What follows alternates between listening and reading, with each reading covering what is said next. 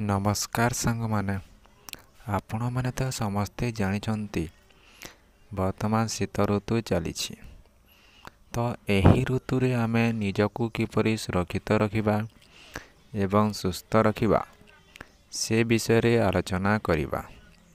तो चलंतु वीडियोटी को आरंभ करिबा। तो शीत ऋतु आमे कौन करबा तो प्रथम तो गरम पोशाक पिंधिबा शरीर को गरम रखा पे जेपरी स्वेटर पिंधिबा मुंडरे टोपी लगाइबा हाथे ग्लोव्स लगाइबा गोड़े मोजा लगाइबा एपरी लगाइले आमे कणा शरीर आमर गरम रहबो। तापरे गरम खाद्य खाइबा उषुम पानी पीमा ठंडा पानी को एड़ाइबा बा ठंडा पानी पीबा नहीं। घर भीतर गरम रखा चेष्टा करिबा।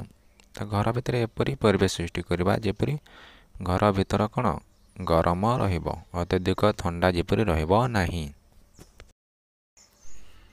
विटामिन डी युक्त खाद्य खाइबा तापरे सकालु उठी नियमित व्यायाम करिबा डाक्टरंक परामर्श निहाती भाबे नेबा।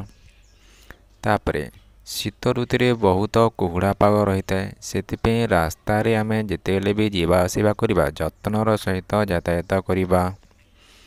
शीत ऋतु रे आमे सुषम खाद्य खाइबा तापरे आमे शरीर उत्तम जत्न नेबा। तो एहीपरि भावे आमे शीत ऋतु रे आम निजकु सुरक्षित रखिबा संगे संगे सुस्थ रखि पारिबा।